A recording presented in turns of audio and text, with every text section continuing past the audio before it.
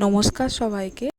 আজকে আমার ভিডিওতে রয়েছে শতাব্দী প্রাচীন এক ডাকাতকালীর গল্প, যেটাই পশ্চিমবঙ্গের হুগলি জেলার মগরা স্টেশনের নিকট অবস্থিত।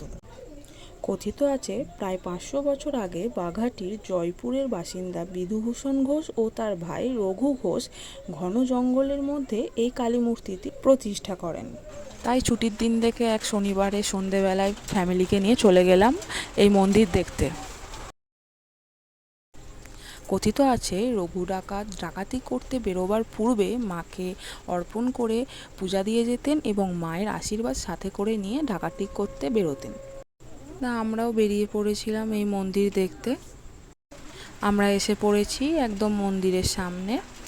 এই যে মন্দিরের সামনে পুরো 3টে ডাকাত দাঁড়িয়ে আছে, এইরকম মূর্তিগুলো দেখতে পাওয়া যাচ্ছে। অন্ধকার ছিল তো তাই ভালোভাবে ফটোগুলো বা ভিডিওটা ওঠেনি, কিন্তু এই যে মন্দির প্রাঙ্গণে ঢুকতেই দেখি বড় জায়গা জুড়ে রয়েছে এই মন্দিরটি।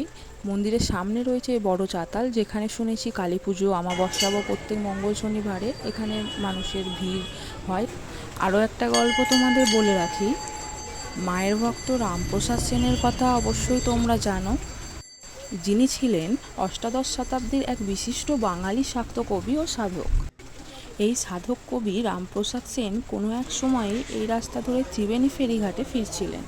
তখন রঘু ডাকাতের দল তাকে নরবলি দেওয়ার জন্য তাকে আটক করে এই মন্দিরেই, এবং সন্ধ্যা হতে যখন বলি দেওয়ার জন্য তাকে প্রস্তুত করা হয়, তখন এই রামপ্রসাদ রঘু ডাকাতের কাছে একটি ইচ্ছা প্রকাশ করে যে তিনি মাকে একটি গান শোনাতে চান, এবং তার ইচ্ছা রঘু ডাকাত সম্মতি জানান। তারপর যখন তিনি মায়ের উদ্দেশ্যে গান ধরেন, তার কিছুক্ষণ পরেই রঘু ডাকাত দেখতে পান যে বলিকাটে স্বয়ং মায়েরই মুখ ভেসে উঠেছে। তারপর রঘু ডাকাত তড়িঘড়ি করে এই বলি বন্ধ করেন, এবং কথিত আছে এরপর থেকেই এই মন্দিরে নরবলি প্রথা উঠে যায়। স্বয়ং মায়েরই আদেশে এই নরবলি প্রথা এই মন্দির থেকে উঠে যায়। তো এই ছিল আজকের এই মন্দিরের কিছু পৌরাণিক কাহিনী। এবার আসি কিভাবে এই মন্দিরে আপনারা আসবেন। হাওড়া স্টেশন থেকে বর্ধমান মেন লাইনের ট্রেন ধরে আপনাকে মগরা স্টেশনে নামতে হবে, অথবা হাওড়া স্টেশন থেকে কাটোয়ার ট্রেন ধরে ত্রিবেণী স্টেশনে নামতে হবে। দুটো স্টেশন থেকে নেমেই আপনি যদি বলেন ডাকাতকালী বাড়ি যাব, টোটো ভাড়া আপনার 10 থেকে 15 টাকা নেবে।